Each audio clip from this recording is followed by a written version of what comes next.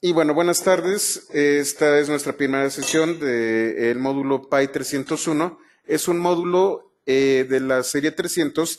La serie 300 de Pythonista está enfocada primordialmente al análisis de datos. La serie 100 es nivel introductorio.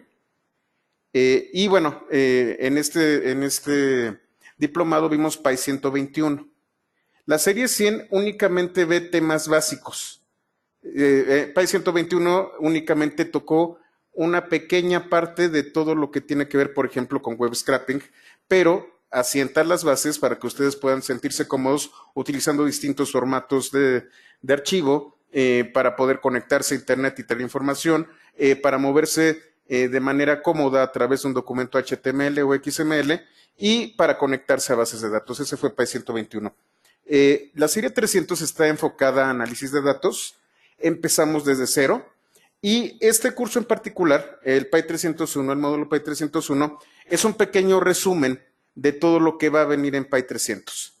Entonces, por favor, disculpen, puse una pausa. Entonces, vamos a retomar con el capítulo 1 de la serie, el primer capítulo de toda la serie 300 y el primer capítulo del módulo Py 301. Bueno, Python es un lenguaje de propósito general y bueno, se utiliza para servicios web, se utiliza para administración de servidores, lo pueden utilizar para cualquier tipo de actividad, lo utilizan mucho para entender de las cosas.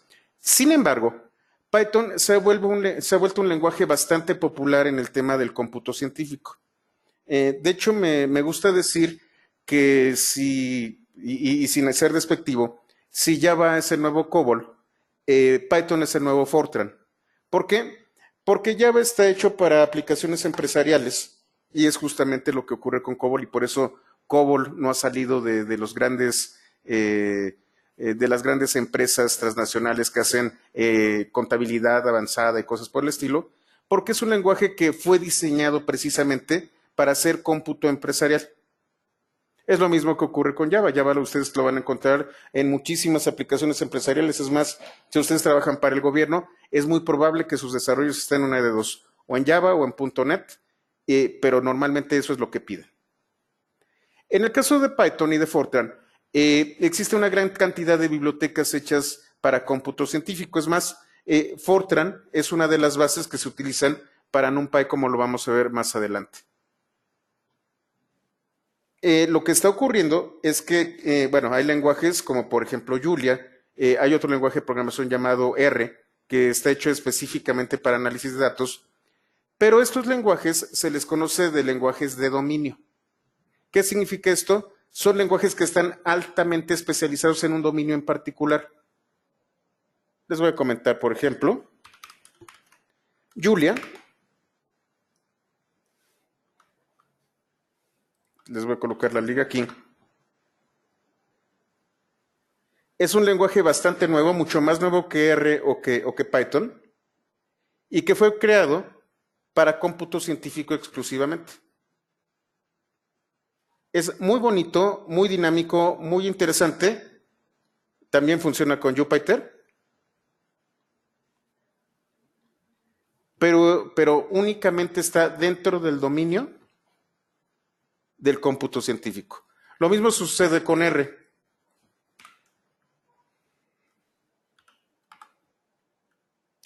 ¿Cómo se llama? Le voy a colocar Erlang. R es un proyecto más o menos de la misma edad de Python.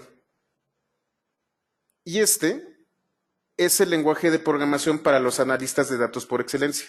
Tiene una cantidad increíblemente grande de bibliotecas y datasets y tiene una comunidad muy grande dentro del área científica, pero R solamente hace temas de análisis de datos.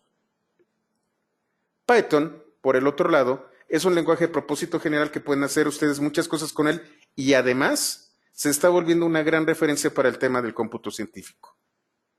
Como les digo siempre, realmente los lenguajes de programación son herramientas. Mientras más lenguajes de programación sepan, mejor. Pero si ustedes se sienten cómodos con uno en particular, bueno, pues utilícenlo y extiéndanlo lo más posible. En el caso de Python, ustedes tienen la gran ventaja de que no solamente van a estar metidos en temas de cómputo científico, sino que van a poder utilizar Python para otro tipo de actividades.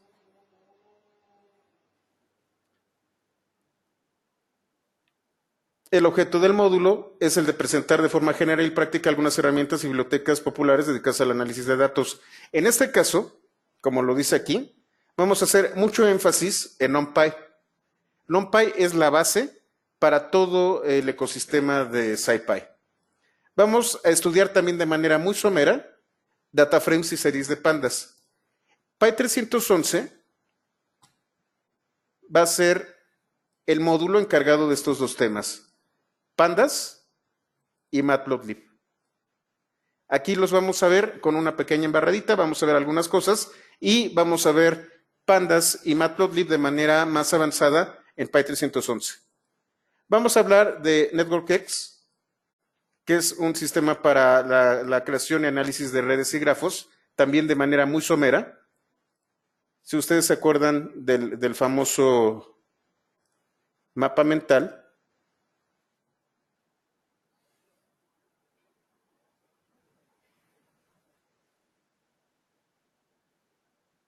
déjense carga. NetworkX lo vamos a utilizar nosotros o NetworkX, lo vamos a ver hasta Py 361. Vamos a ver un poquito de modelos y simulación con Python, vamos a ver álgebra lineal, vamos a ver Machine Learning y ya después redes y grafos en Py 361. Estoy a punto de cambiarlo a Py 351 y después dejar Machine Learning, pero estoy apenas viéndolo. Por otra parte, también vamos a ver una pequeña, mínima introducción a NLTK. NLTK es el toolkit ¿cómo se llama? De lenguaje natural. Ahorita vamos a ver cada uno de ellos.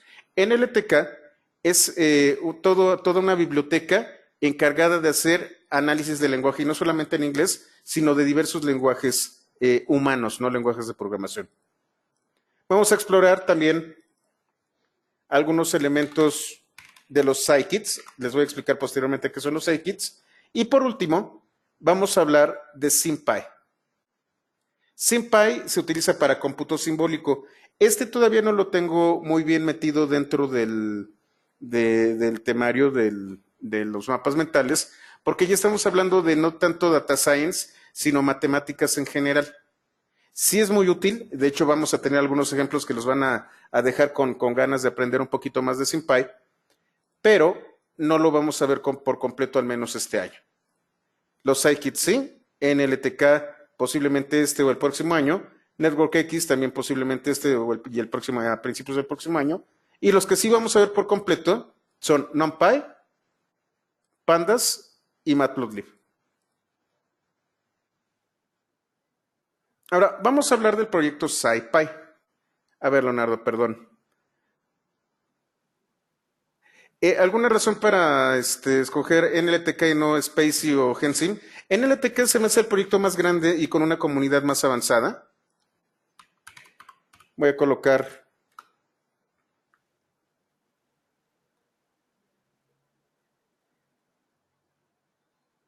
de aquí y vamos a ver el otro que es Gensim.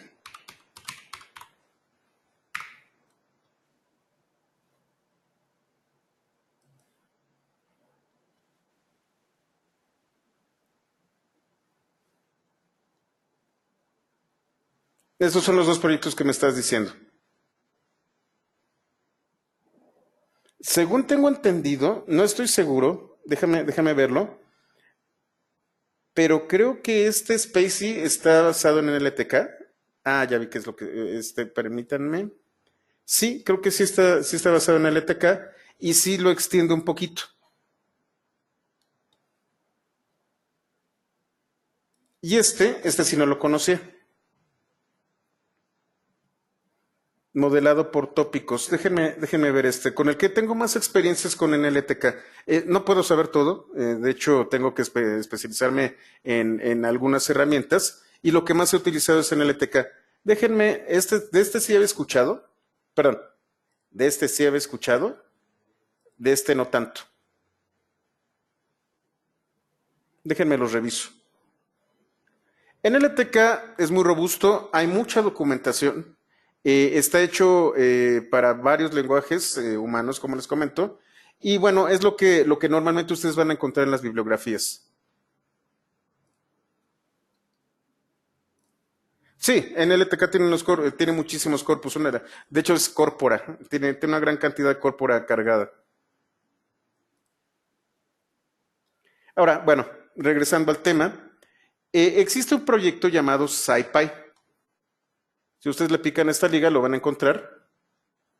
Y SciPy es un proyecto que engloba a varios elementos. Estos elementos se les conoce como el core de SciPy. Tenemos NumPy, tenemos la biblioteca de SciPy, tenemos Matplotlib, IPython, que es lo que estamos utilizando en nuestro kernel de Jupyter, SymPy y Pandas. Esto es lo que compone el core de SciPy. Estas 6 bibliotecas, estas 6 herramientas son las que crean scipy.org.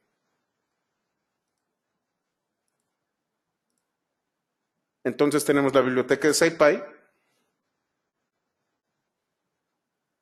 Aquí está la documentación, los manuales, todo lo necesario de SciPy.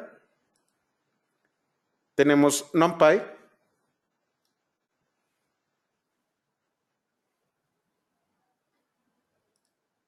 Tenemos Matplotlib para hacer gráficas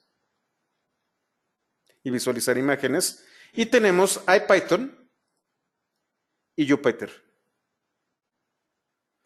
Este me gusta mucho, bueno, como ya vieron, hago mis cursos en Jupyter y utilizo IPython como el kernel, pero me gusta mucho porque un latinoamericano fue la persona que hizo este proyecto. Tanto IPython como Jupyter fueron creados por Fernando Pérez. Él es colombiano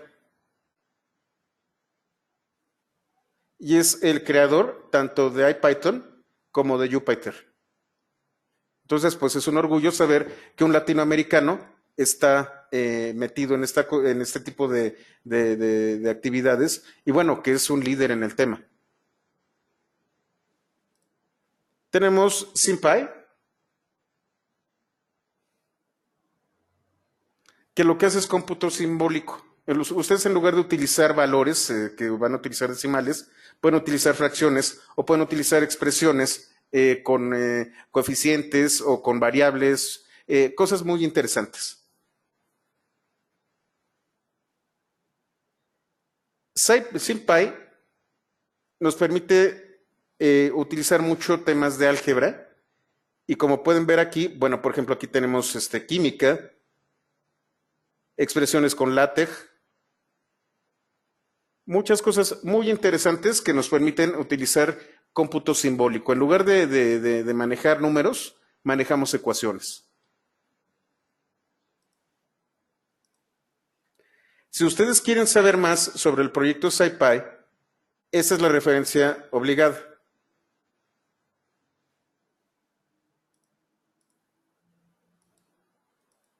Déjenme cerrar algunas cosas.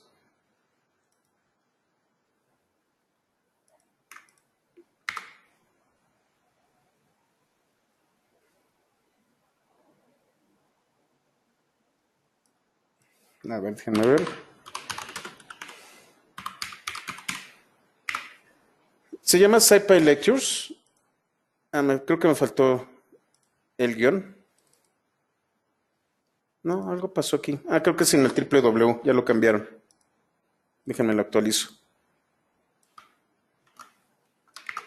SciPy Lectures son una serie de apuntes sobre SciPy.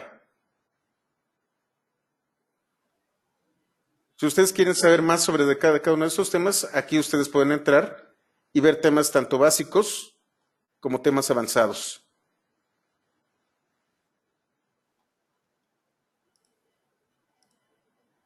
Ahora, aquí viene la parte interesante de SciPy. Cada uno de estos componentes que nosotros estamos estudiando aquí son muy maduros y hay una comunidad detrás de ellos. Esta comunidad es de científicos, es de personas muy interesadas. Por ahí,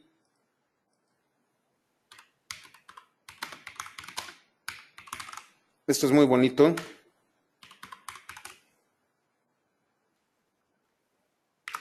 La fotografía del hoyo negro utilizó Python. ¿Se acuerdan ustedes de la famosa fotografía del hoyo negro? Esta que vimos hace algunos meses. Que bueno, es casi tan importante como la llegada del hombre a la luna. Se suponía que esto no era posible y pudieron hacerlo. Y lo más interesante de esto es que la fotografía fue calculada con NumPy, SciPy, Pandas, Jupyter, Matplotlib y AstroPy.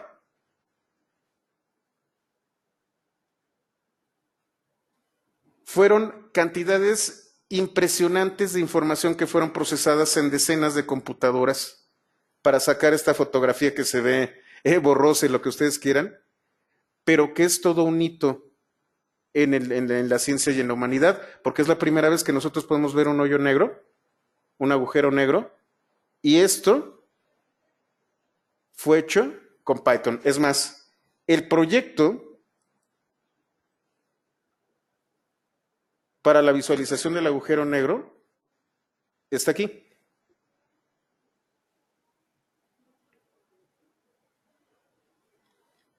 En GitHub. Se los voy a colocar.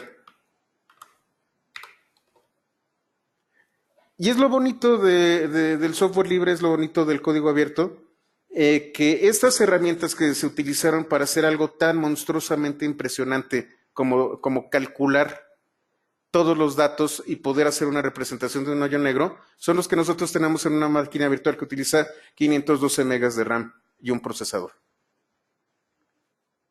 Es exactamente el mismo software y el costo normalmente es cero. Recuerden, libre no es gratis, pero en la mayor parte de los casos existen versiones que son de distribución gratuita. NumPy es el centro de todo de todo este gran conjunto de herramientas. NumPy es un paquete especializado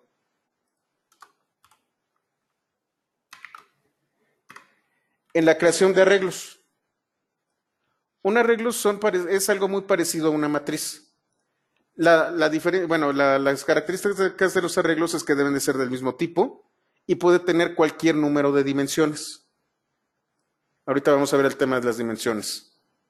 NumPy, además de poder manejar este tipo de arreglos, cuenta con módulos especializados para álgebra lineal, transformaciones de Fourier y uso de matrices, espacios vectoriales, todo este tipo de cosas los hace NumPy.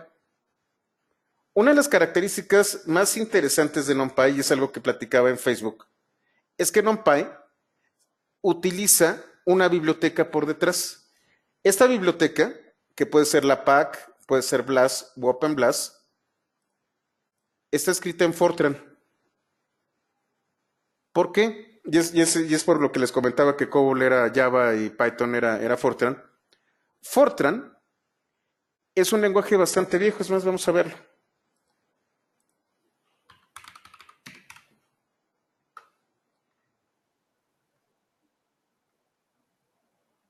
Vamos a ver Wikipedia.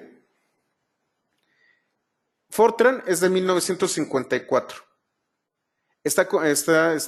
Tiene 65 años este lenguaje de programación.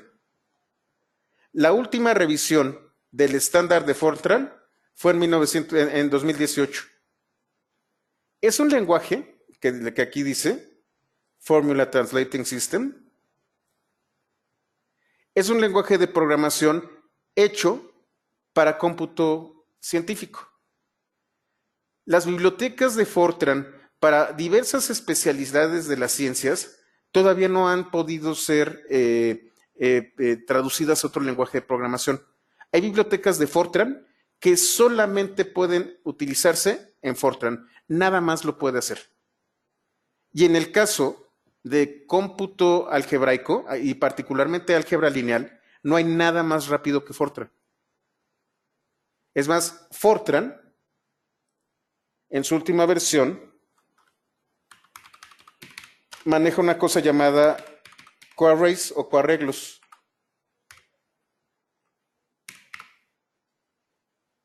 Los coarreglos de Fortran, que aparecieron a principios del siglo, que fueron más o menos platicados en 2008 y que fueron implementados completamente en 2018, permiten a Fortran no solamente trabajar rápidamente, sino trabajar de manera concurrente y paralela. ¿A qué me estoy refiriendo? Pueden tener un clúster de cómputo hecho en Fortran. ¿Por qué? Porque Fortran se lleva muy bien con los GPUs.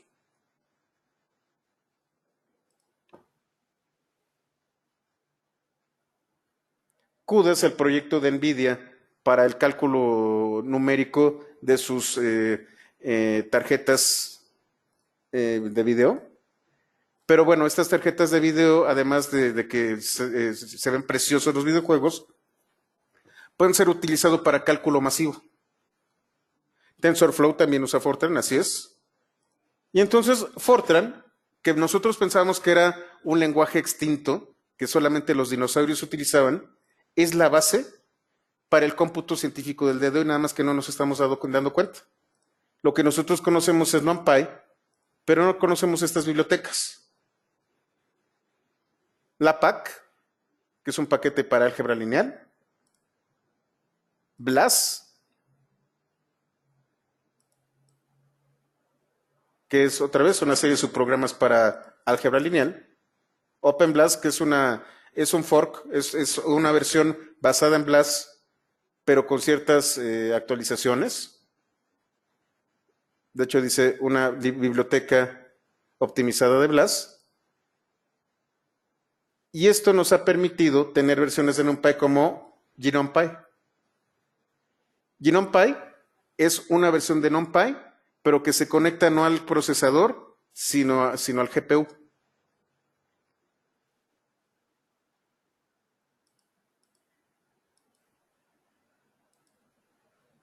Déjenme cerrar.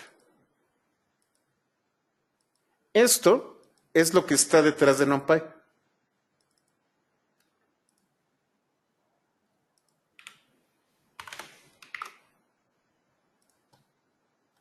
Los tipos de datos y los arreglos de NumPy son elementos que son la base de otros componentes de SciPy.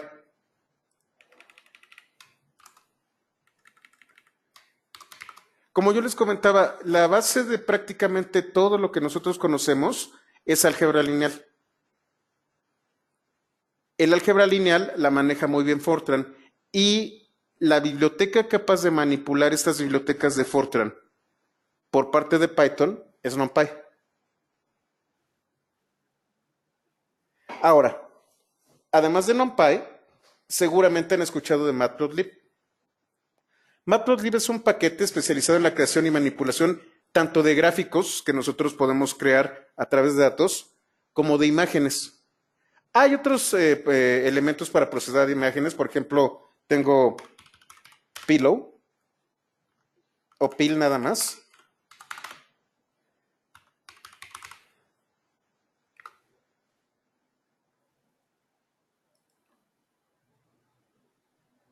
Que esta es una biblioteca exclusivamente para la manipulación de imágenes. Esta es únicamente para manejo de imágenes. Tenemos, por ejemplo, otros proyectos como OpenCV,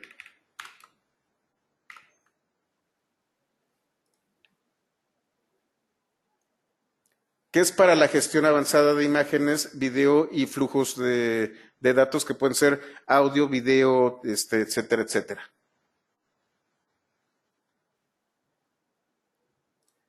Pero la biblioteca básica para poder trabajar nosotros con estadísticas, para hacer visualización de datos y ya después, posteriormente, un poco de gestión de imágenes, es Matplotlib.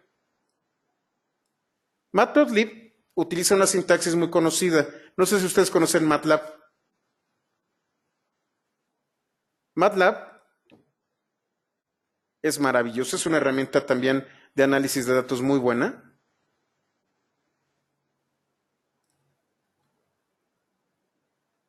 Nada más que la última vez que chequeé estaba en $1,200 la licencia.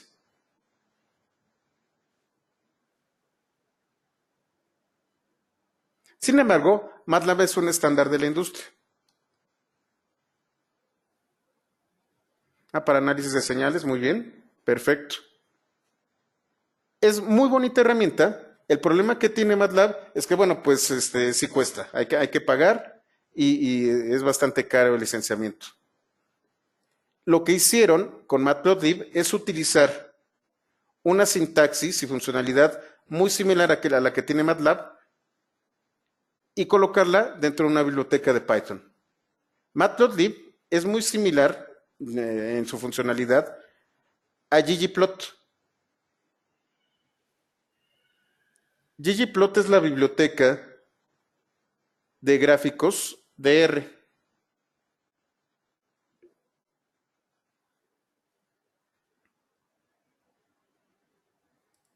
Y aquí es en donde se van a poner interesantes las cosas. Yo les estoy enseñando análisis de datos con Python, pero se van a dar cuenta de que muchos de los conceptos, que tanto de Pandas como de Matplotlib como de NumPy, son muy similares a los conceptos que se manejan en R.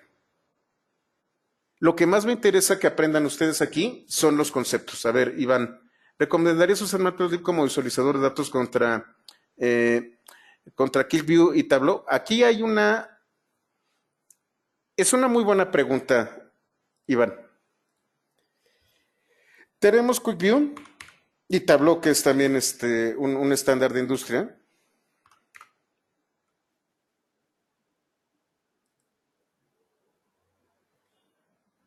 Tenemos QuickView y tenemos Tableau.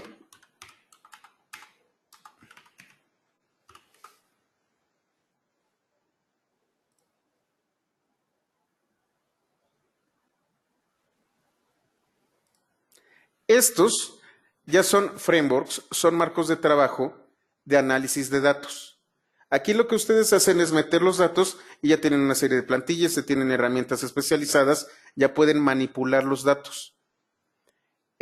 Tanto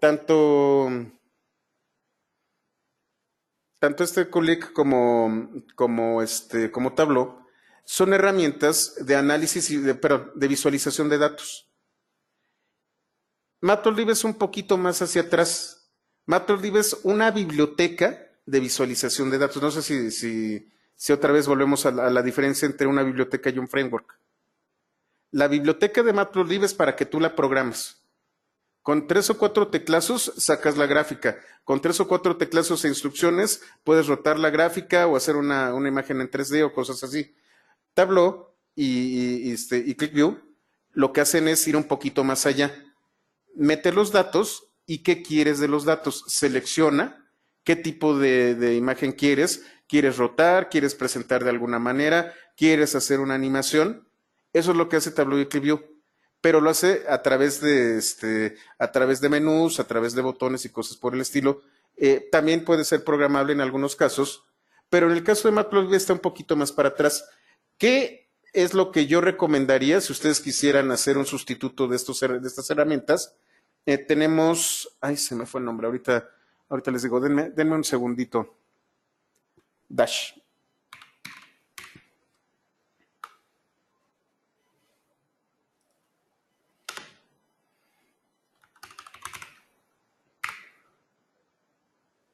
Plotly es un proyecto que nos permite hacer este tipo de visualizaciones. Anteriormente era únicamente en Python, pero ya se está moviendo a R. Y Dash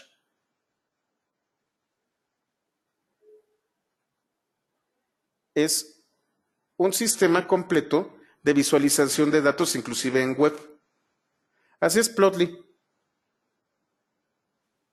Power BI es la herramienta que tiene por ejemplo, Microsoft.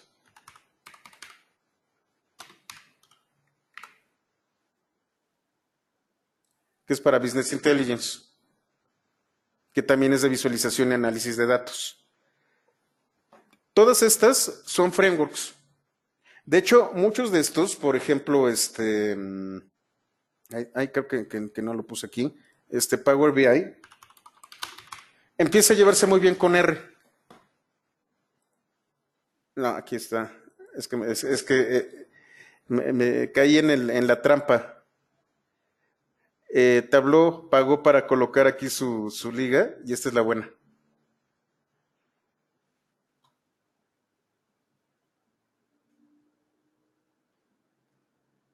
Estos frameworks le facilitan mucho la vida a las personas que ya conocen sus datos y ya saben cómo manipularlos. Pero si ustedes quieren hacer análisis a la medida, si ustedes quieren hacer cosas que van más allá de las opciones, y son muchísimas opciones, de las opciones que les presentan estos frameworks, pues lo que yo les recomiendo es que aprendan R y utilicen ggplot, o que aprendan Python, que es lo que estamos haciendo, y utilicen Matplotlib. A partir de Matplotlib vienen otros proyectos. Por ejemplo, hay otro llamado Seaborn.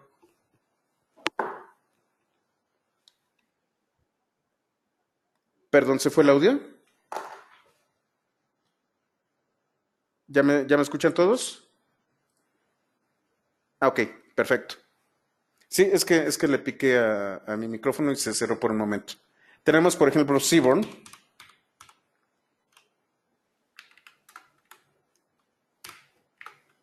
que es un proyecto exclusivamente para visualización estadística. Este está basado en Matplotlib, pero se usa exclusivamente para análisis estadístico. BI sí hace análisis estadístico, pero también se mete mucho al tema de ciertos patrones de datos que le interesa a ciertos sectores empresariales.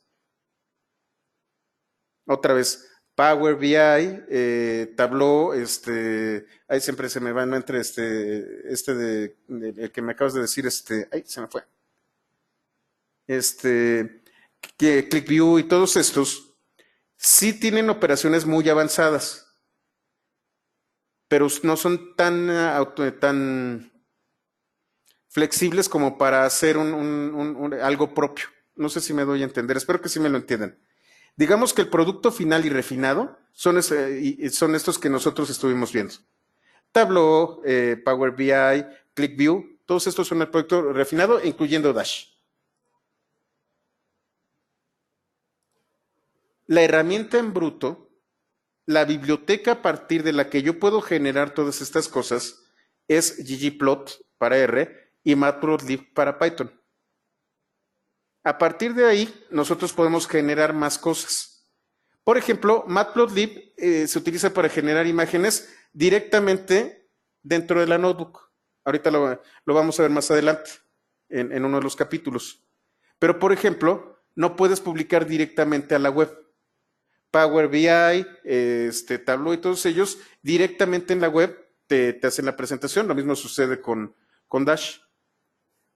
Matplotlib lo único que hace es presentar las imágenes. ¿Cómo las publico yo? Ese es otro cuento.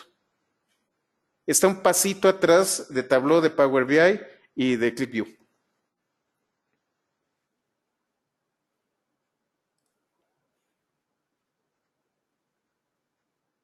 ¿Ok? Django y Flask, por ejemplo, esos son sistemas para publicación en web. Son frameworks para hacer aplicaciones web. Entonces tú puedes hacerlo o irte directamente a Dash. Dash y Plotly ya lo hacen.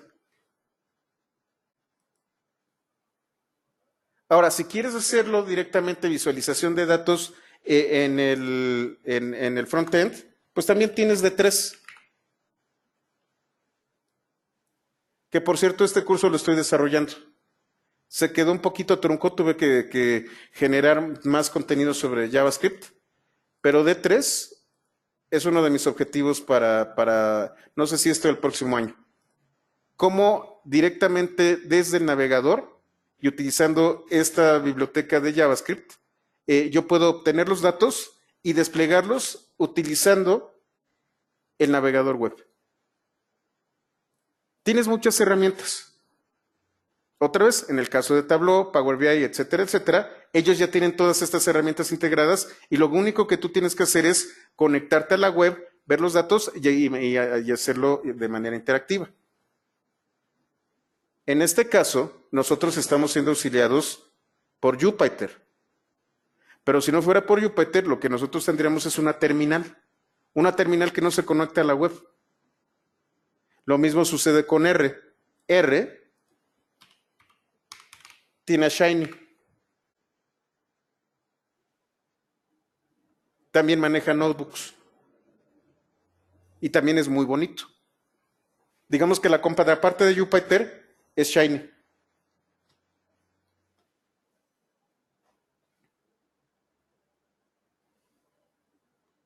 Total, herramientas hay para echar para arriba. Hay muchísimas cosas que se pueden hacer y no necesariamente con Python.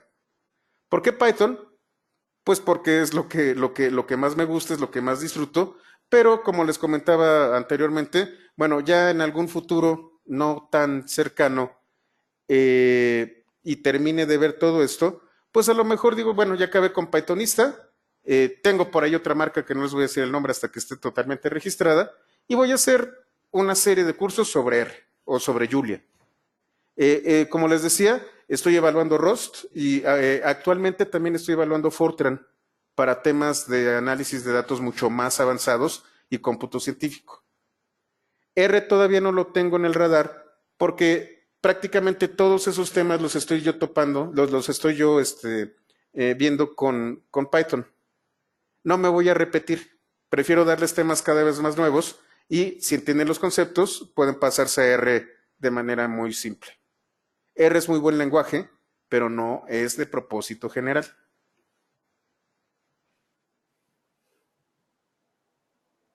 ¿Ok? Pandas es un paquete especializado en realizar operaciones de análisis de datos, como adquisición de datos, manipulación y depuración de conjuntos de datos, análisis estadístico básico y análisis de series de tiempo. SymPy se utiliza para cómputo simbólico. Si ustedes se fijan, hay una pequeña introducción a SymPy, una a NLTK, a NetworkX, a Matplotlib y a los scikits. Todos estos son introductorios. Prácticamente para cada uno de estos capítulos hay un curso. Un curso de al menos 10 horas. Cristian, ¿vale la pena saber, Julia, si ya se sabe R o Python? Te lo pongo así, de esta manera, Cristian. No he hecho bien la cuenta, pero yo calculo que desde que empecé a programar, he explorado cerca de 15 lenguajes de programación. Empecé con Logo, luego pasé a Pascal, luego con C++, conocí Java, luego fue JavaScript, después me metí con los lenguajes funcionales, entonces con Haskell, Erlang, vino Python, manejo un poquito de COBOL de hace mucho tiempo. Mientras más sepas lenguajes, más fácil va a ser para ti moverte. Yo lo que les digo y lo sugiero, y de hecho por ahí me mandaron un correo preguntándome qué recomiendo, manténganse abiertos a las posibilidades, no se encasillen. Lo peor que me pueden decir a mí, de hecho estuve a punto y honestamente sí, estuve a punto de golpear a alguien que se decía arquitecto de software, y cuando le dije, oye, eso está en PHP, tengo un código, hasta PHP programa, tengo un código en PHP, te lo paso, y este arquitecto de software, le dije, y lo colocas en cierto punto de la aplicación, y va a jalar. La respuesta de esta persona fue, es que yo no sé programar en PHP. Bueno, si no sabes programar, pero eres programador, si conoces el cómputo, si sabes las bases, programar en Python, en PHP, en Java, en Julia, en Erlang, en lo que ustedes quieran, no es tan difícil. Es cómputo al final de cuentas. Lo que yo les recomiendo es que aprendan todo lo que puedan, que exploren, que no se fijen límites y sobre todo no piensen que un lenguaje va a resolverles toda la vida. Manténganse siempre actualizados, siempre busquen, siempre investiguen y actualícense. Y lo más importante, hay cosas mucho más importantes que la computación. Lean novelas, lean los periódicos, métanse en textos políticos, lean poesía. Al final de cuentas, el conocimiento es muy vasto y todo este conocimiento es el que nos hace personas, no programadores. Pero nos da la sensibilidad para que nuestro código, nuestros programas y nuestras actividades realmente sean variadas y sobre todo no nos aburran. Entonces esa es la respuesta corta, Cristian. Siempre estén aprendiendo. Entonces, bueno, vamos a continuar. Esta es la introducción. Vamos a ver cada uno de los elementos. IPython y Jupyter lo hemos estado trabajando constantemente. ¿Qué significa Jupyter? Justamente Julia, Python y R. Eso significa Jupyter. Es una interfaz que fue creada primordialmente para cómputo, para análisis de datos, para data science, y su objetivo primordial era tener una misma interfaz para Julia, para Python y para R. Es más, déjenme ver. Creo que lo tengo aquí. La notebook, sí, la notebook que tengo aquí en esta máquina con Windows, en el host, sí, aquí tengo Julia. Sí, hace unas semanas instalé Julia en esta máquina. Y tan fácil como seleccionarlo y empezar a trabajar. Aquí les dice, les cambia el logo y esta es una notebook con Julia. No vamos a ver Julia en esta ocasión. Por cierto, hay un grupo de Julia que acaba de crearse, ahorita luego les platico. Hablamos de las notebooks, de Markdown, de los kernels, de inclusive yo hago presentaciones utilizando notebooks a través de este framework llamado Reveal. Me permite hacer presentaciones en línea.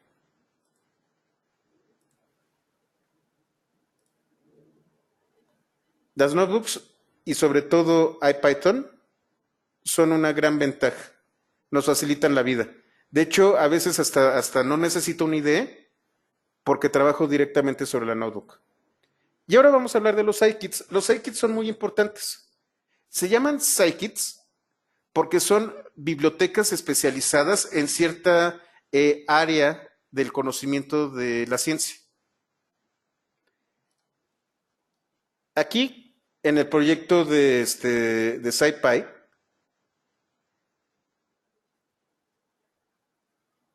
vamos a ver, me voy al home.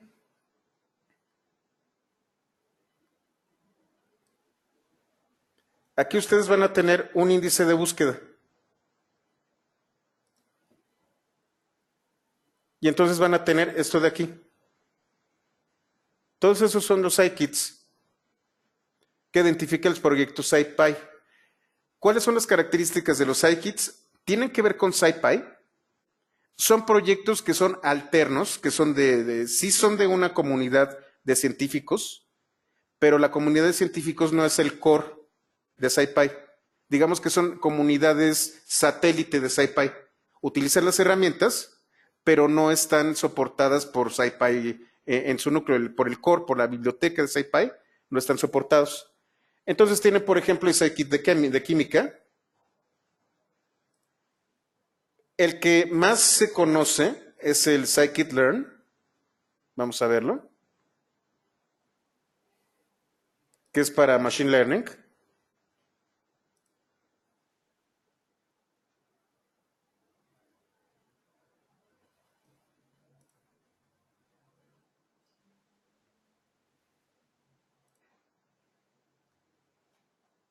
Bueno, parece que no La liga no me lleva a ningún lado, voy a tener que meterme directo.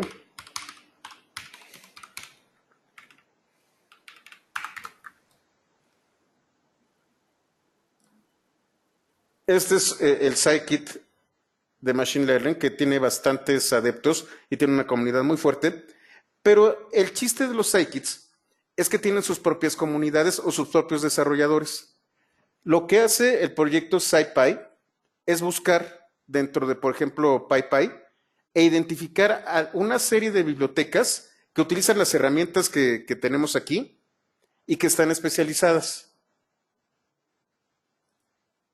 ¿Cuál es el problema? El problema es que, bueno, Scikit-learn ya es muy maduro, tiene su propia comunidad y está tomando vida propia. Pero, por ejemplo, bueno, tengo Scikit-image, que lo vamos a ver también. Es un Scikit para procesamiento de imágenes.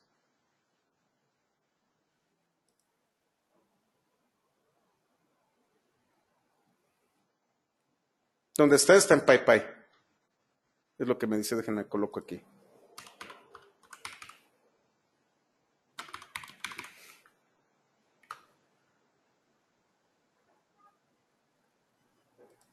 Y es scikitimage.org para procesamiento de imágenes. Tengo uno para biología. ¿Dónde está? ¿Dónde está? Bueno, tengo varios de estos. El Scikit de Keras,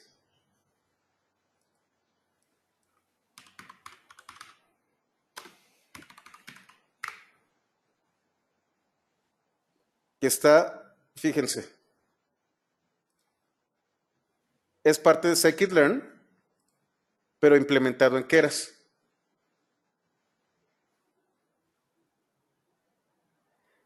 Y como ven, son diversas interfaces y diversos sitios. A ver, Alejandro, para procesamiento del lenguaje natural de voz, ese sí, vamos a utilizar OpenCV. No soy no tengo tanta experiencia con voz. Tengo mucha más experiencia con datos y con video, con datos de texto. Pero OpenCV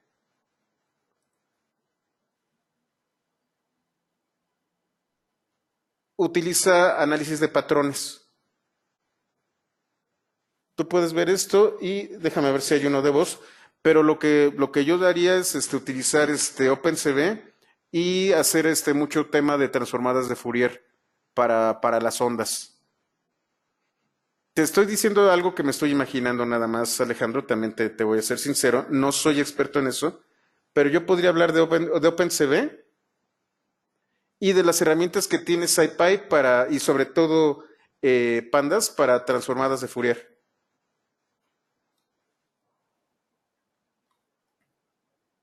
Déjenme ver. Sería...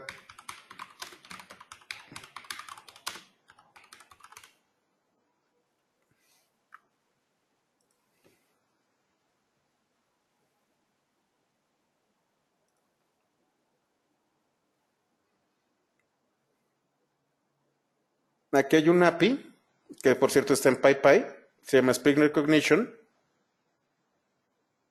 De aquí hay algunas herramientas que pueden utilizar.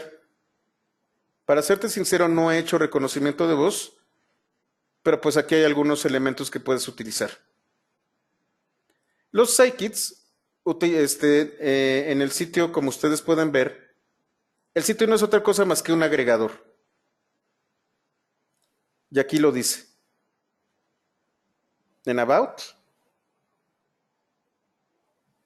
Son paquetes para SciPy que tienen una licencia libre y que vive por sí mismo. Utiliza SciPy, tenemos el agregador, los va descubriendo y los va añadiendo. Es un pequeño catálogo de estas herramientas, de estos kits, pero no, digamos que no traen garantía. Son de una comunidad aparte. Entonces pueden verlos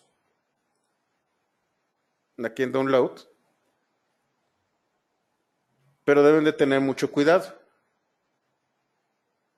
no todos están tan bien soportados como puede ser Scikit-learn o Scikit-image. Algunos son solamente de una persona que está contribuyendo o son proyectos muertos. A lo mejor no le interesó a nadie, pero ustedes pueden retomar en donde lo dejó la persona.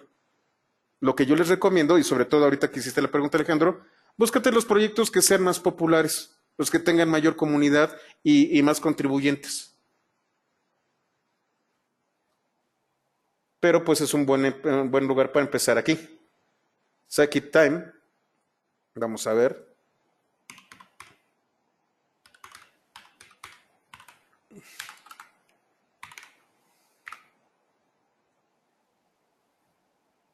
Si se fijan, solamente tiene un sitio en GitHub. Y no tiene demasiadas cosas. Es más, tiene solo 97 commits y una rama. Solamente tiene 2 personas que están contribuyendo. Obviamente tienen a más personas atrás, pero quienes le están metiendo código solamente son 2. Es un proyecto chiquito, que es un Scikit.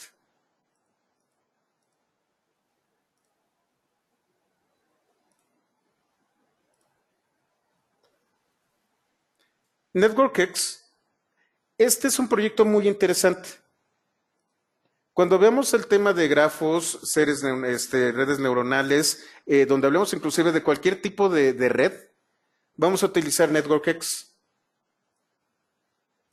NetworkX me permite a mí hacer análisis de vectores como en formato de estructura de grafos. ¿Ustedes saben lo que es un grafo? ¿Han utilizado los grafos? ¿Han hecho, cómo se llama? ¿Conocen los algoritmos para grafos? Normalmente cuando ven estructuras de datos y algoritmos les hablan de los grafos. En C, por ejemplo, exactamente. Prácticamente todo el tema de redes neuronales tiene que ver con gráficos y con este tipo de estructuras. Si ustedes quieren meterse de lleno por ejemplo, al famoso GANs que me hablaban,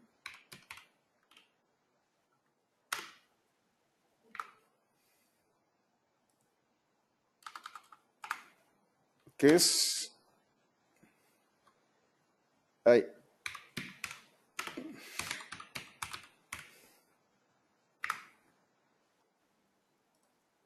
Las redes generativas adversarias, esto, no es otra cosa más que una serie de vectores en donde tienes una contraposición. Tienes una hipótesis de un lado y tienes una hipótesis del otro. Con todas las posibles relaciones que pueden tener estas hipótesis, y tienes 2 modelos. Un modelo a favor de una hipótesis y otro modelo en contra de la hipótesis. Ya esas que choquen. Y se van alunando uno, hasta que queda un camino que es el de mayor probabilidad de éxito de la hipótesis. Obviamente estoy simplificándolo, pero sí es como funciona GANs. Es una serie, son unas redes que empiezan a pelear unas con otras, con datos y ¿cómo se llama? Se neutralizan una con la otra. Solo cuando hay una ruta dentro de esta red que no puede ser neutralizada, encuentran un patrón. Algoritmos evolutivos, todo ese tipo de cosas. Eso lo vamos a ver posteriormente y la herramienta que vamos a utilizar va a ser NetworkX.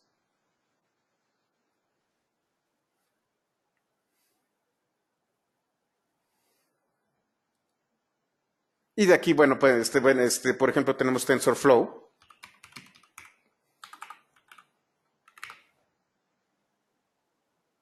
TensorFlow que también hace uso masivo de vectores y de grafos para Machine Learning.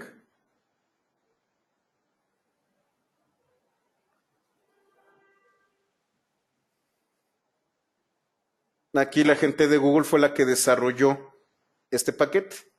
Aquí utilizas también grafos, pero de manera masiva. Social Network Analysis también son redes. Facebook, de hecho, a todo el algoritmo encargado de ver relaciones se le conoce como el grafo de Facebook. No es otra cosa más que una estructura de red. Prácticamente, y es lo que van a ver cuando, ¿se acuerdan de los libros que les comenté en la sesión previa? Van a darse cuenta de que muchos temas que tienen que ver con Machine Learning y con Deep Learning no es otra cosa más que redes y grafos, relaciones. Si ustedes conocen sobre las bases precisamente de los grafos y de las redes, pueden meterse a varios ámbitos de una sola vez. Lo único que tienen que hacer es cambiar el enfoque y la aplicación del uso de los grafos. Esto, yo espero que antes de que termine el año, lleguemos a NetworkX. Hagamos changuitos para que así sea, porque ya estamos en septiembre. Y en el ETK, como les digo, es el kit que más utilizo. Yo considero que es el más, ¿cómo se llama? Popular. Que tiene 50 córporas, 50 córporas, o sea, más o menos les platico. Todo el conjunto de reglas y herramientas para consolidar una estructura de lenguaje se conoce como corpus. Córpora es el plural de corpus. NLTK tiene 50 córpora. Tiene 50 idiomas en los que ya identificó reglas, ya identificó estructuras e interacciones y que ustedes pueden utilizar para analizar texto en lenguaje natural.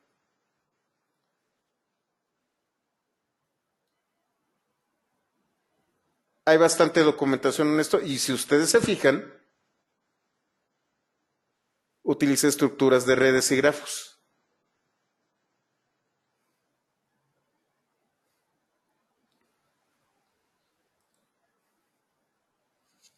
Esto es a grosso modo las herramientas que vamos a estar utilizando, pues de aquí yo creo que hasta finales del próximo año. Estas son las bases para todo lo que viene. Y vamos al capítulo 2.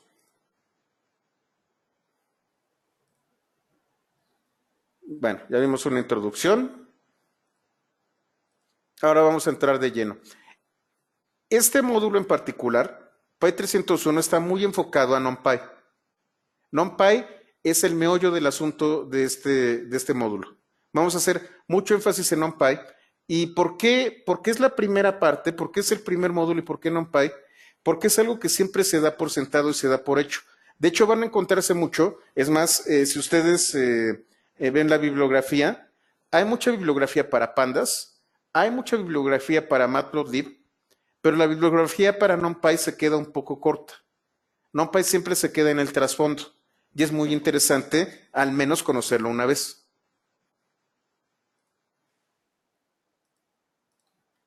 Entonces vamos a trabajar con NumPy.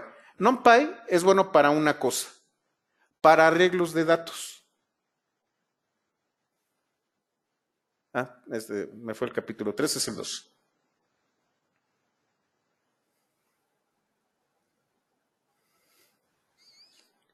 NumPy es un paquete que contiene una biblioteca de recursos especializados en realizar operaciones optimizadas en arreglos de datos. Los arreglos de datos son lo que nosotros conocemos como matrices. Y se diferencia mucho de Python. Si ustedes recuerdan, Python lo que hace es manejar objetos que guardan memoria y todos los números son objetos, etcétera, etcétera, etcétera, etcétera. El problema que tiene Python con los objetos es que procesar un objeto consume bastantes recursos. Instanciar, generar todos los métodos y atributos, ligarlo en memoria, después traerlo, gestionarlo, utilizar métodos de diversas índoles, etcétera, etcétera, consume muchos recursos.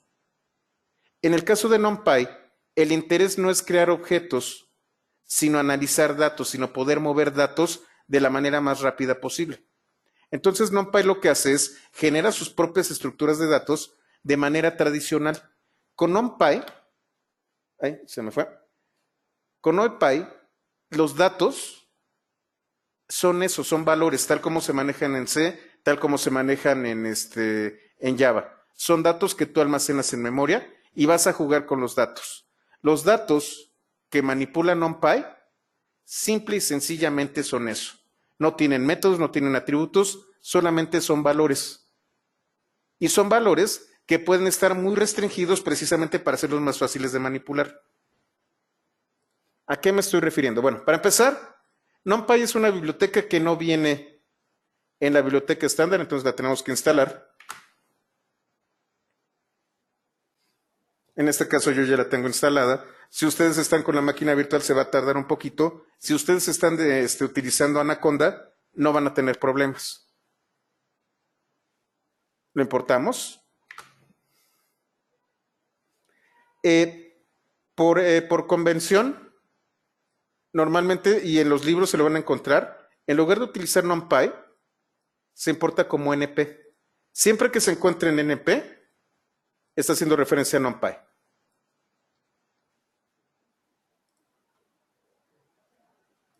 Lo que maneja NumPy son arreglos.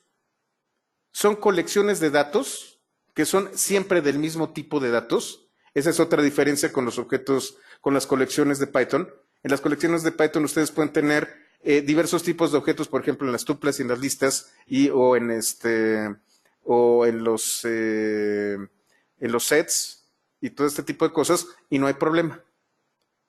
En este caso, si ustedes dicen que es un tipo de dato en particular, el que va a tener NumPy guardado, es el mismo tipo de dato para todos los elementos de ese arreglo. Absolutamente todos los datos, todos los arreglos de NumPy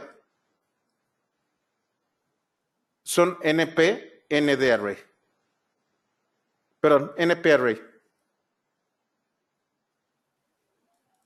Este es el tipo en particular y así es como se crea una genérica. ¿Cómo funciona? NP array, una estructura de arreglo, ahorita les enseño la estructura, y el parámetro dtype con el tipo de dato del que se trata. Una estructura de arreglo no es otra cosa más que una serie de elementos en paréntesis. Vamos a hacerlo aquí. Yo tengo NP array y lo que voy a hacer es meter una serie de datos. El arreglo puede ser de múltiples dimensiones. Las dimensiones están dadas por los paréntesis. Entonces tengo NP array y aquí solamente tengo una dimensión. Solamente tengo un paréntesis. Si ustedes se fijan, ahora cambió. Se cambió a corchetes. El arreglo es de tipo array, n de array, y contiene ciertos métodos. Estos métodos son para los datos. Los datos en sí que contiene están guardados en memoria. No los convierte en objetos automáticamente, simplemente son valores que están guardados en memoria. Yo puedo hacer arreglos más complejos. Ahorita lo vamos a ver. En este caso es lo más simple, un arreglo de una dimensión. ¿Cómo sé que es de una dimensión? Porque solamente hay un par de corchetes.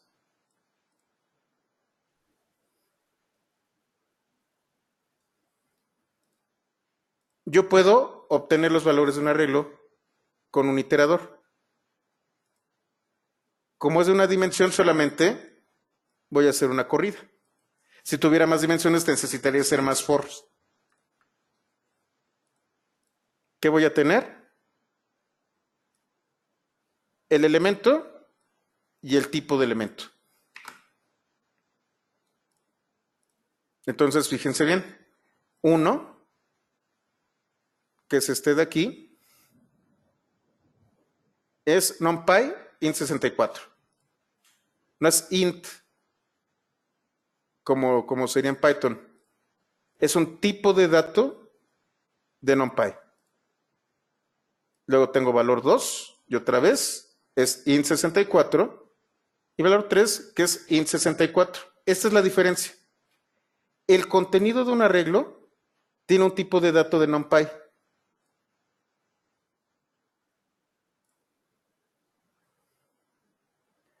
Cuando cambian los tipos de datos, cuando NumPy no puede identificar el tipo de dato del que se trata, va a ser de tipo object. De hecho, es np.object.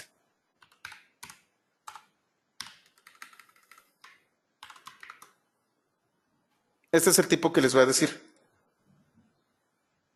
Entonces, aquí yo, por ejemplo, tengo un objeto tipo list, que a su vez contiene un objeto tipo tuple, y lo quiero convertir en un arreglo.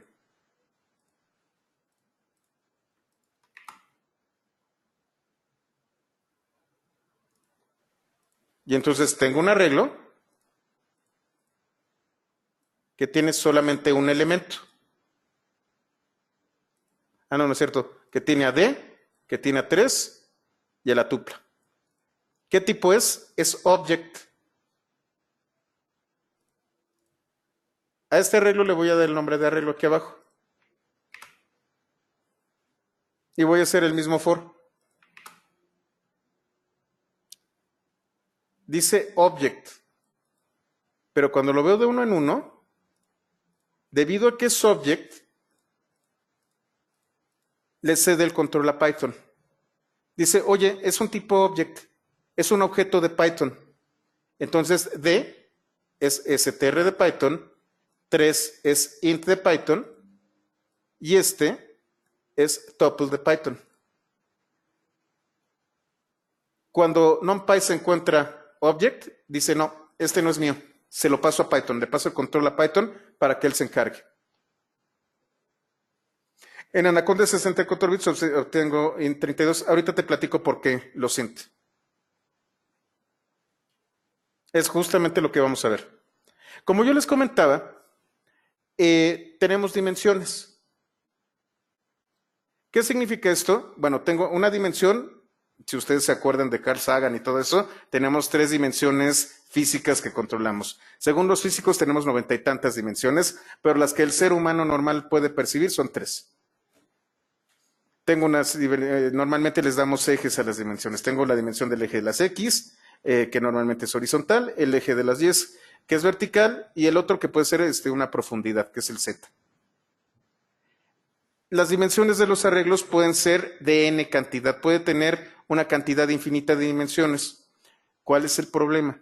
El problema es que los seres humanos no estamos capacitados para manejar a más de 3 dimensiones. Inclusive ya 3 dimensiones se nos complican. Hablar de 4, 5 o 6 dimensiones se vuelve algo que nosotros no entendemos, pero que las computadoras sí entienden perfectamente. Vamos a verlo. El atributo ndim de los arreglos me dice el número de dimensiones que puede tener. Vamos a hacerlo aquí. Aquí tengo una estructura con una dimensión. ¿Cómo pueden ustedes darse cuenta de que es una o dos dimensiones? Este es una regla, ahora sí que de mano derecha. Cuenten el número de corchetes al principio y al final. Y con eso se van a dar cuenta el número de dimensiones que tiene. Si solamente tiene un corchete, es una dimensión. Con ndim me dice el número de dimensiones. Aquí, si se fijan, tengo 1 y 2 corchetes. Es de 2 dimensiones.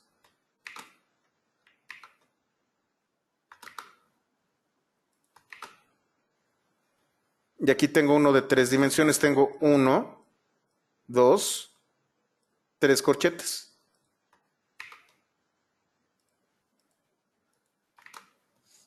Vamos a ver la estructura aquí de las 3 dimensiones. Si se fijan, tengo un dato.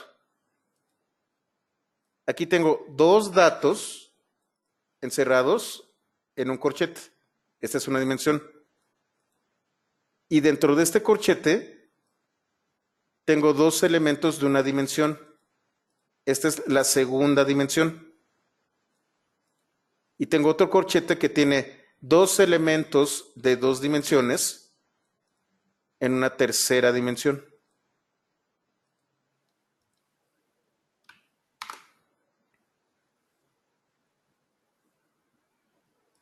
Ahora, volviendo a tu pregunta, Iván, vamos a ver los tipos de datos de NumPy. NumPy, como yo les decía, no se comporta de manera tradicional. De hecho, los tipos de datos que maneja NumPy se parecen mucho a los que manejan C y Fortran. Si ustedes se van a esta liga, van a poder ver los tipos de datos que maneja.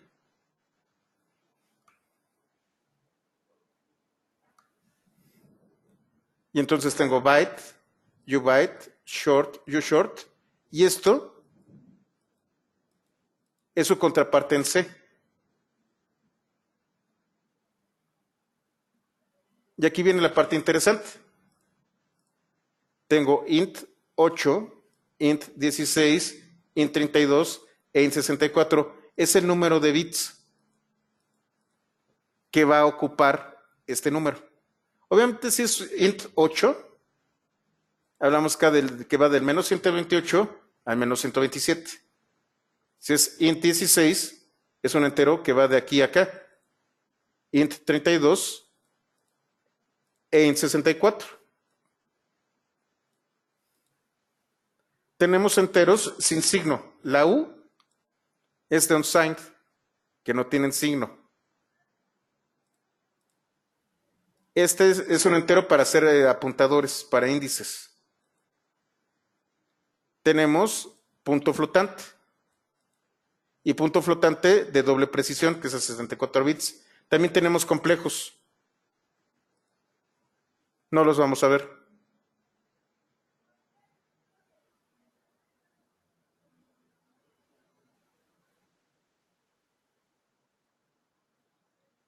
También tenemos cadenas de caracteres, pues lo vamos a ver un poquito más adelante. Tenemos estos tipos enteros: int, int 8, int 16, int 32, int 64. Y bueno, pueden ser positivos, negativos o cero.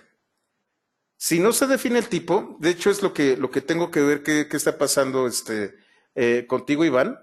Por defecto es int 64. Vamos a verlo. Tengo este arreglo. Este arreglo es de dos dimensiones.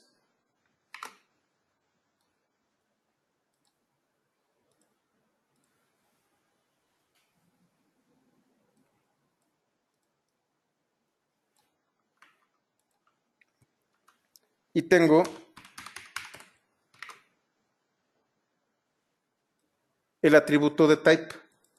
De type me dice el tipo de dato, que es el que contiene el arreglo.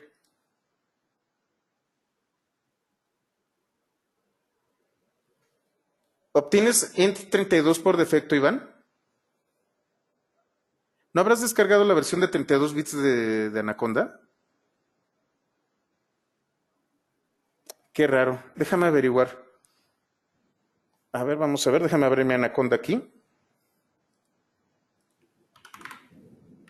No saben cómo me alburean con Python y Anaconda.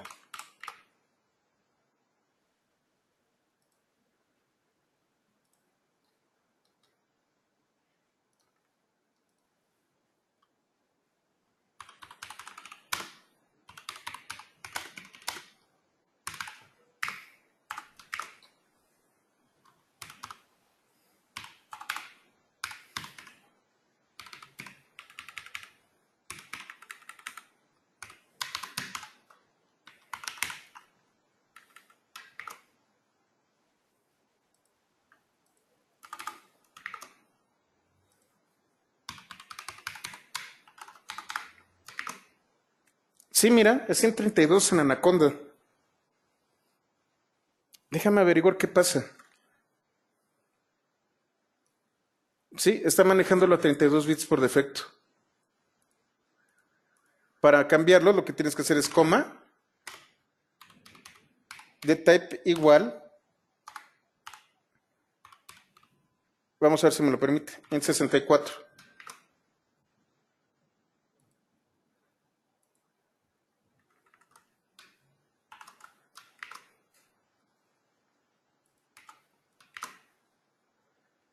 Qué simpático, Anaconda no maneja 32, sino 64. Déjame averiguar por qué. Porque sí, en la máquina virtual, pues como puedes ver es sin 64. Déjame averiguar eso.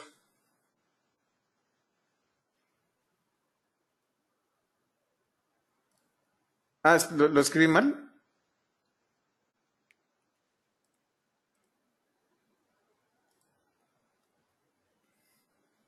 Ah, sí, está mal escrito, perdón.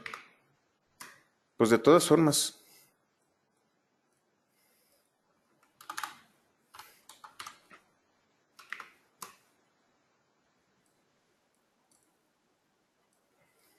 Ah, es el guión bajo, ¿verdad? A ver.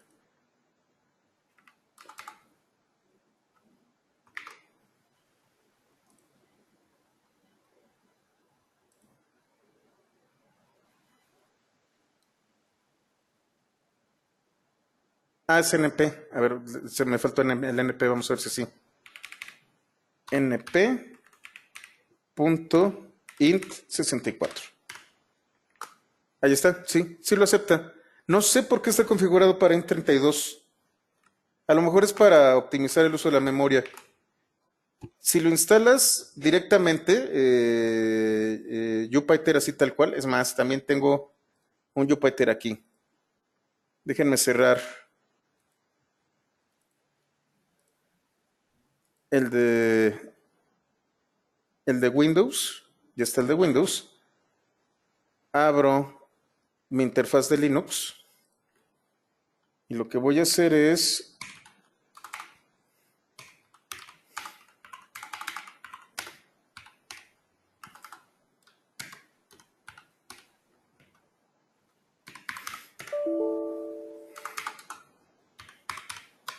voy a utilizar el subsistema de Linux para Windows y voy a traer mi propia versión de Jupyter.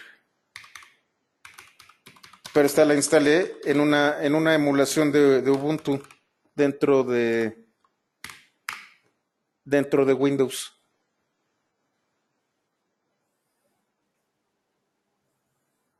Eso luego se los enseño. Tiene que ver con el subsistema de Linux para Windows. Está muy bonito. Aquí está, localhost 4 8.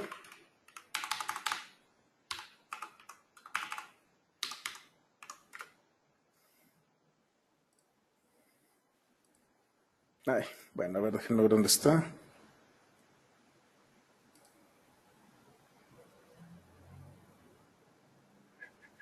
Aquí está. Ahí está el token.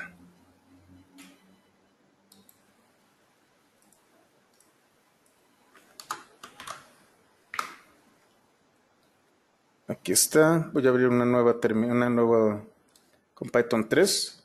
Si se fijan, esta que está en el subsistema, en lugar de tener Julia, tiene un kernel de JavaScript. Me gusta jugar con estas cosas. A ver, déjenme ver. Import numpy as np.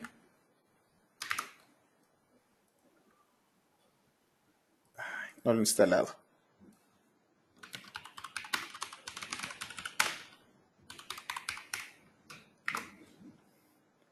Qué chistoso. Es una buena observación. ¿NumPy tiene alguna función para liberar memoria? Creo que no. Creo que no, Iván.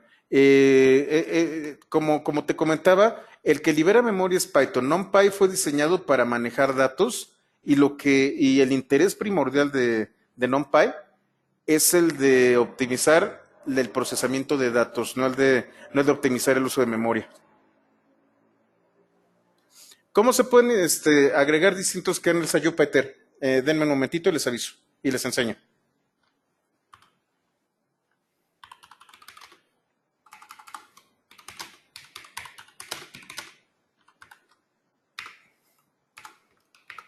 Ahora sí.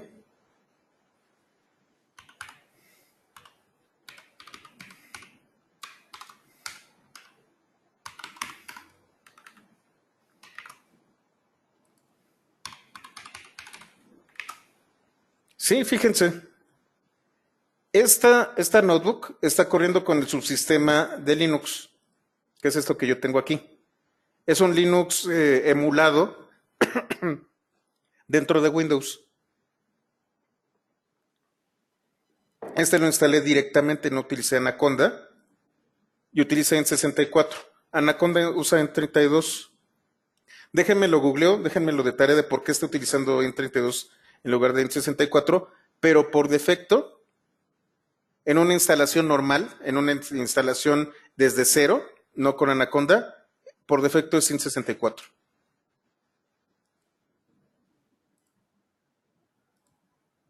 Y respondiendo a tu pregunta,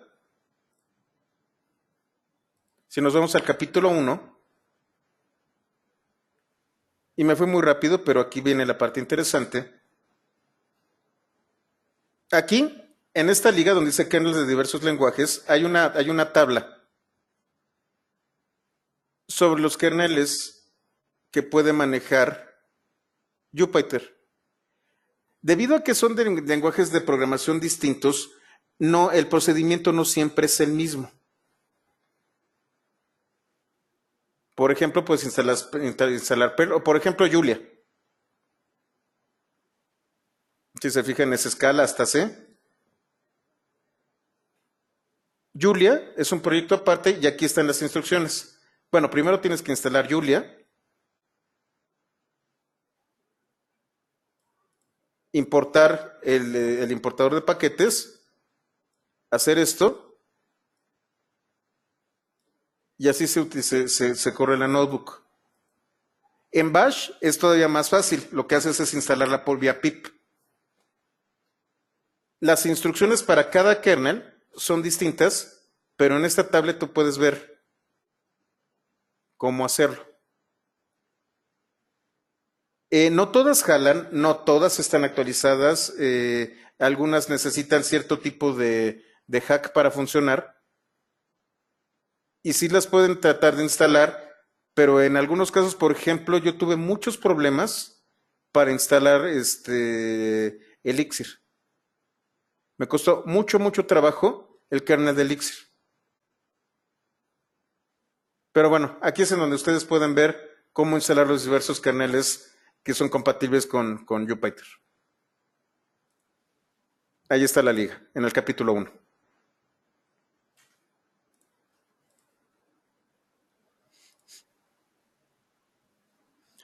¿Qué otro tipo de arreglo tenemos? np.byte. np.byte, de hecho, es del 256.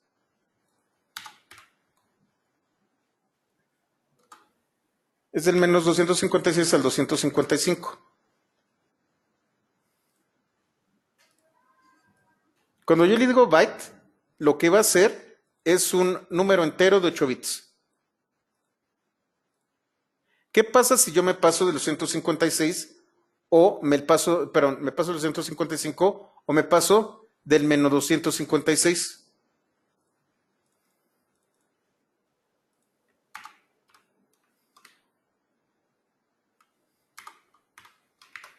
Le va a restar 255 unidades y 256. Vamos a verlo.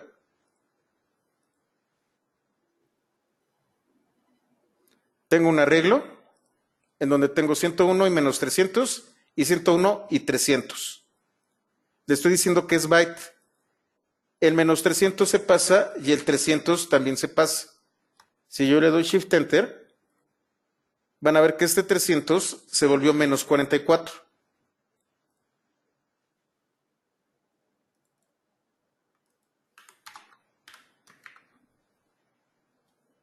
Menos 300 más 256 es menos 44.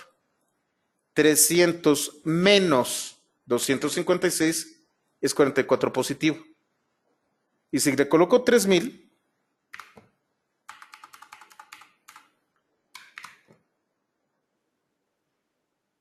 se va a mover, va a empezar a dar giros a este rango y va a tratar de hacerlo mejor para dar un número que sea un byte. No hay que jugarle al vivo. Los límites son 256. No, sí es 255. Estaba correcto. Estaba mal la definición, fíjense nada más. Yo estaba bien, la definición estaba mal.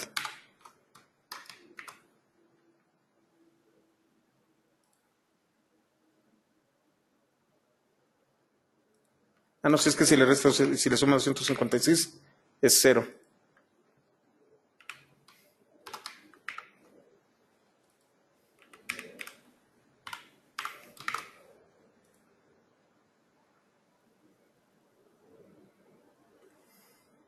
Sí, sí es correcto. Ok.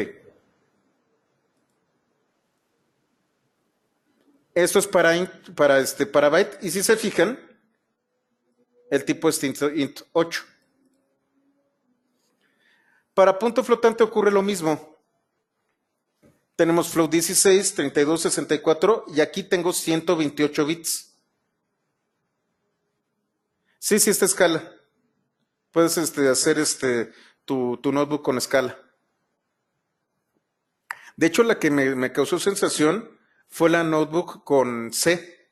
Yo puedo generar mi programa en C y el kernel automáticamente jala el compilador, compila y ejecuta. Está bien bonito. Punto flotante es muy similar. Si uno de los elementos es de punto flotante, todos los demás, si son enteros, se vuelven punto flotante.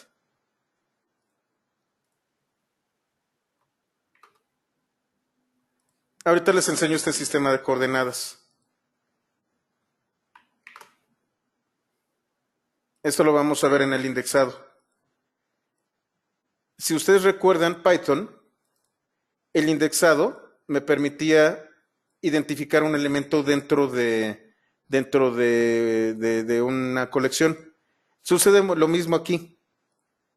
Aquí estoy indexando, le estoy diciendo que del primer elemento de la primera dimensión tome el primer elemento de la segunda dimensión. En este caso es 11. ¿De qué tipo es? Float 64. Tengo tipos booleanos. Si le digo de type npbool, cualquier cosa distinta de 0 es false.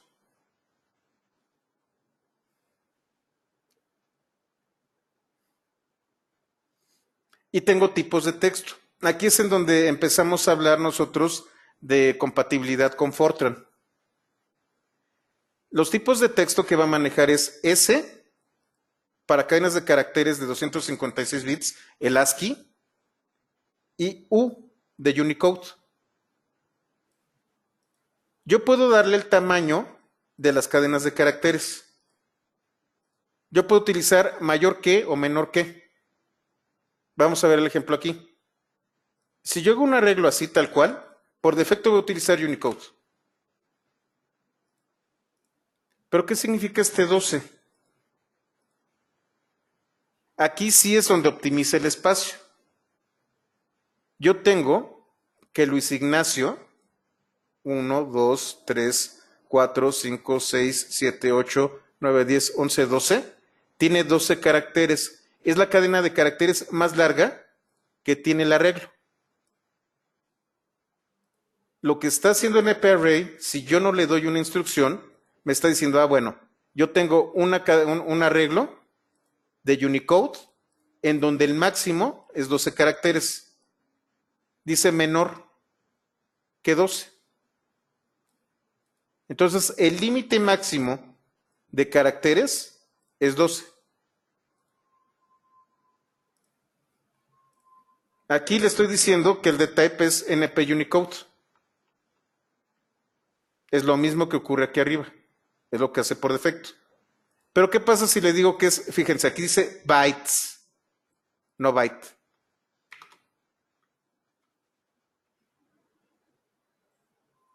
Si se fijan, el arreglo es de bytes, no de cadenas de caracteres. Y aquí me está dando, cuando utiliza la barra, significa que es un tamaño fijo. Todos son de 12. Aquí lo que le estoy diciendo es Tamaño variable hasta 12. Aquí todos tienen el mismo tamaño, que es 12. Le voy a colocar string. Sucede lo mismo. Ahora, ¿qué pasa si yo le digo de qué tamaño va a ser? Yo le digo de type, es Unicode, pero lo máximo es 6.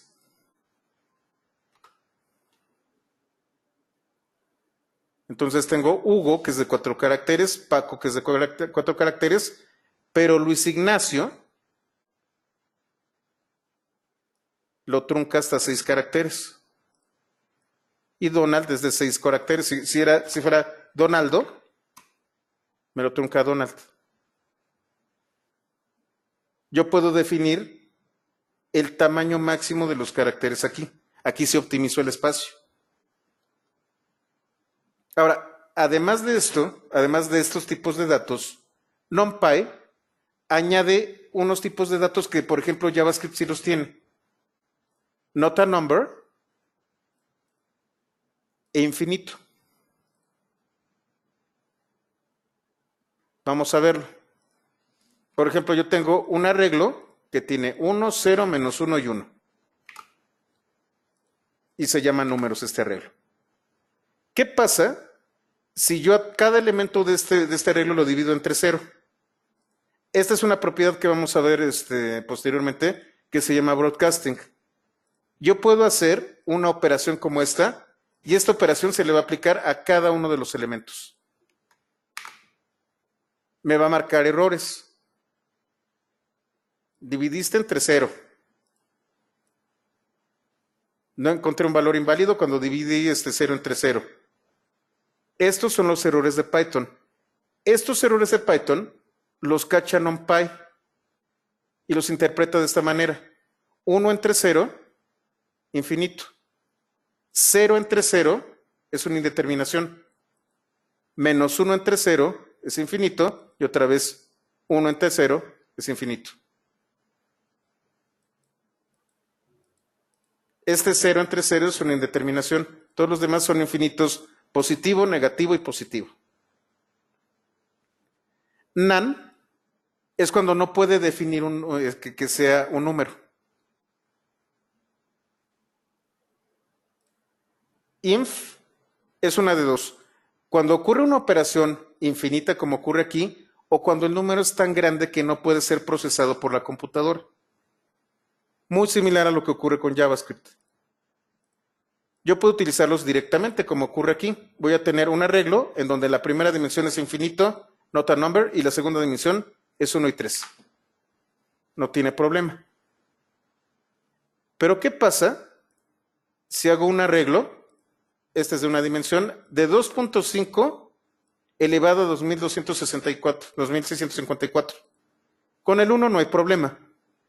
El problema es este. Estoy elevándolo a tal potencia que la computadora no lo va a poder manejar. Me marca el error.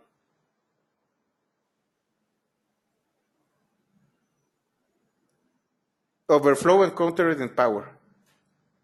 O sea, sale de los límites de la capacidad de Python. Como sale de los límites de la capacidad de Python, no es infinito, pero es un número que no puede computar. Y le pone inf. Ya después, creo que no va a ser este año, vamos a hablar de algunas bibliotecas que son de precisión arbitraria. Que, por ejemplo, para calcular pi, cosas así, si necesitan grandes números, pero se manejan de otra manera. Ahorita vale decir que si no puede ser procesado por Python, se vuelve infinito. ¿Hasta aquí todo claro? ¿Todo bien? Muy bien. Me quedan 10 minutos, vamos a ir al capítulo 3, que es gestión de arreglos. Es muy fácil. Yo puedo crear cierto tipo de arreglos. Por ejemplo, si yo quisiera crear un arreglo que fuera únicamente de números 1, tengo NP once y voy a colocar una tupla dándole el tamaño y definiéndole dtype si quiero. Si no, es float 64 si lo instalo directamente. Vamos a hacerlo. ¿Qué estoy haciendo aquí? Le estoy dando las dimensiones.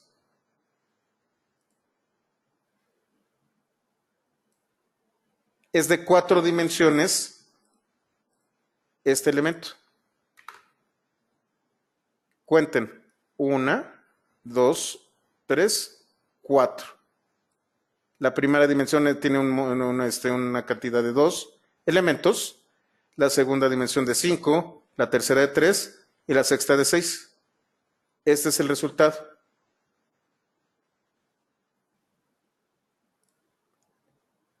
Me trae unos, pero como lo comenté booleano, todo es true. Si le quito el de type, me trae unos float 64.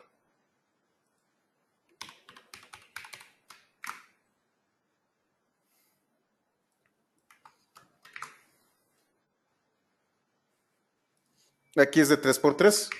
Es más fácil de digerir.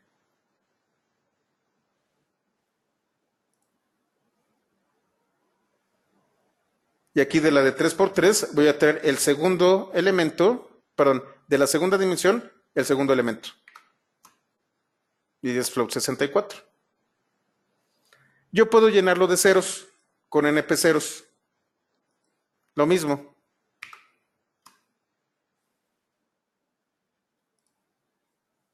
En este caso, 0 es false.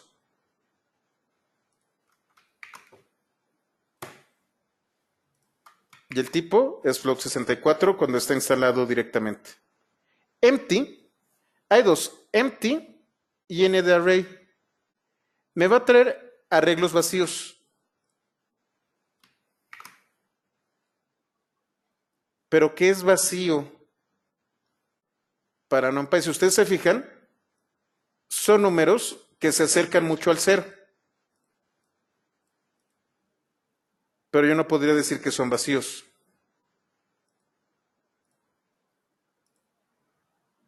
Ahora, si los convierto en enteros, pasa esto. Hay que tener mucho cuidado cuando hablamos de vacíos.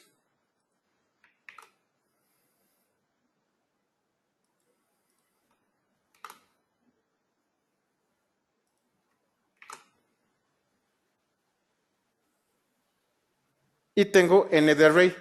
NDArray lo que va a hacer es tomar posiciones de memoria y el contenido de la posición de memoria, que es basura por lo general y también se acerca al 0, es lo que va a tomar.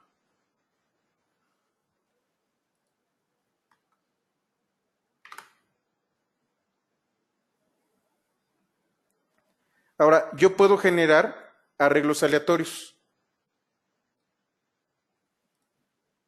NumPy, que lo vamos a ver más adelante, tiene la función random. Bueno, el paquete random. Este paquete random me permite a mí generar números aleatorios dependiendo de qué es lo que yo quiera. Si ustedes se acuerdan en Py 121 que vimos el paquete que viene en la biblioteca estándar que se llama random. Aquí nosotros vamos a generar arreglos utilizando funciones de random. Random.rand crea un arreglo cuyos elementos son aleatorios en una distribución uniforme, que todos los elementos tienen exactamente la misma probabilidad de ocurrir. Rand n me va a traer elementos en una distribución normal. Rand int me va a traer enteros dentro de un rango. Vamos a ver. Aquí está la sintaxis de cada uno.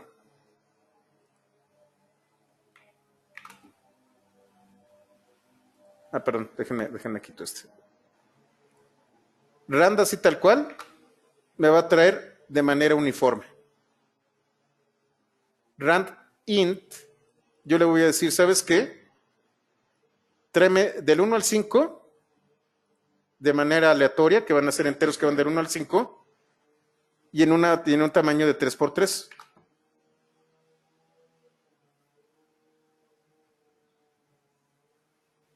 Y aquí lo que yo voy a hacer es, tráeme los números que van del 15 al 15 dentro de una distribución normal.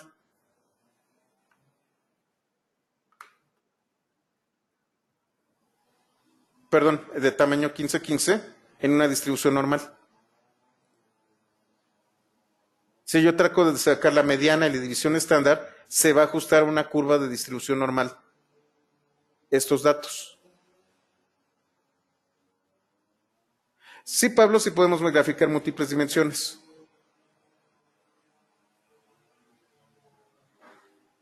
Yo puedo también copiar un arreglo con el método copy. Todos los arreglos tienen el método copy. Entonces tengo arreglo 1.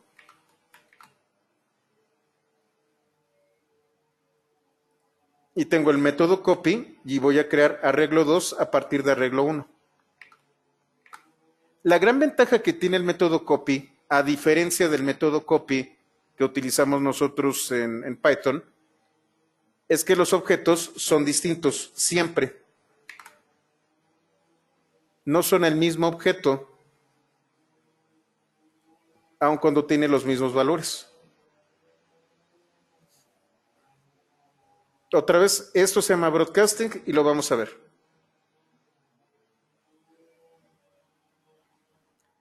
Y por último, para terminar rápido este capítulo, yo puedo escribir dentro del disco los arreglos. Tengo, por ejemplo, la función np savetxt. Esta me permite guardar solamente un arreglo en el disco. Savetxt, la ruta, el arreglo y los delimitadores. Este archivo de texto funciona prácticamente de forma idéntica en archivos CSV. Vamos a hacerlo. Voy a crear arreglo, savetxt, voy a guardar en arreglo txt el contenido de arreglo. Esto que yo tengo aquí, este cat, funciona en Linux. Lo que hace este comando, que es un comando mágico, es traerme el valor de arreglo.txt. Eso es lo que contiene. Si no es delimitador, el delimitador es el espacio. Si se van a Py301, tienen arreglo txt. No sé por qué hice ese 17 horas, qué raro. Y este es el contenido de arreglo.txt. Es el arreglo que yo acabo de guardar. Existen un formato que es NPY y NPIZ. Y me permite guardar en formato binario los arreglos.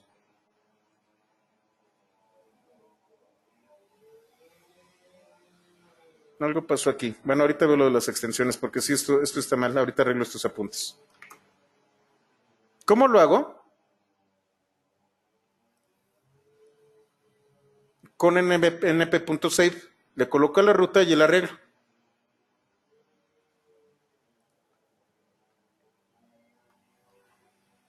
Sí, esto estaba de más. Déjenlo quito.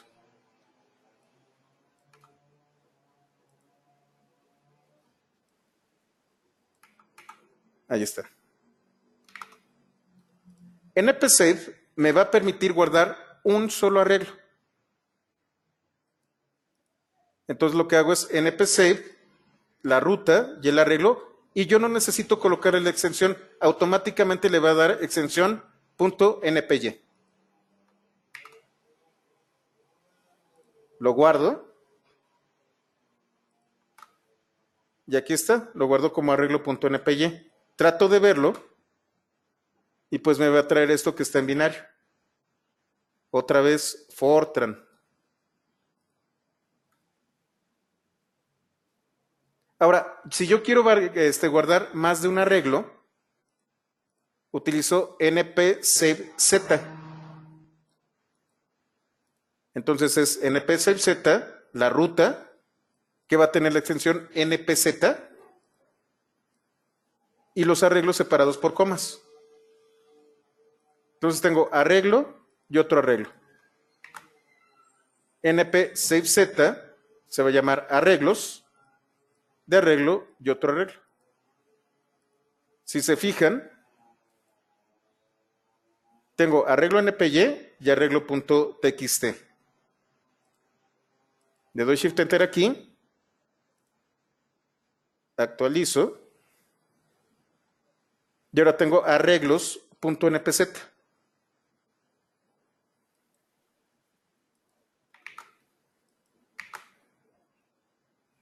Esto es binario.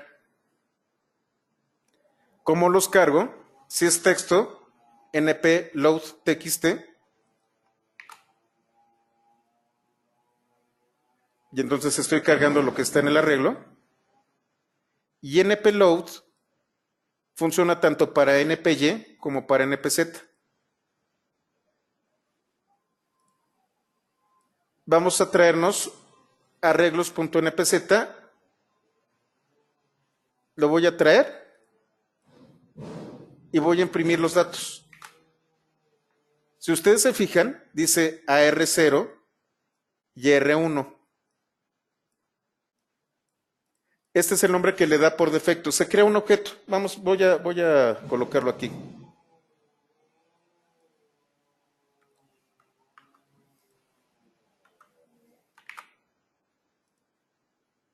Esto me va a crear un objeto que contiene los arreglos. Para acceder a cada uno de estos arreglos,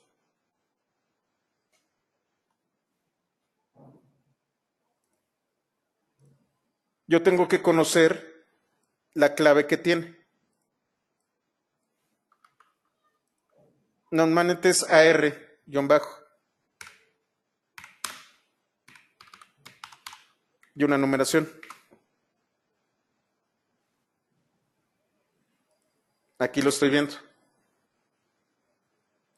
Ya que tengo esto, lo que voy a hacer es arreglo 3 igual a arreglo 0 de datos y arreglo 4 arreglo 1 de datos.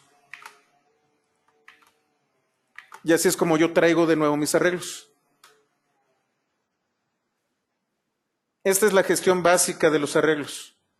Podemos hacer muchas cosas más, pero con estas herramientas ustedes ya tienen lo suficiente como para poder jugar con ellos. Lo que vamos a ver posteriormente es operaciones con arreglos y vamos a trabajar con algunas características particulares. Vamos a hablar de análisis de datos, de estadísticas, del famoso broadcasting, de métodos especiales de los arreglos.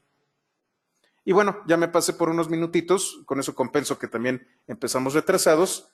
Cerramos aquí y nos vemos el día de mañana. ¿Hasta aquí todo queda claro? Perfecto. Bueno, pues entonces nos vemos el día de mañana. Muchas gracias.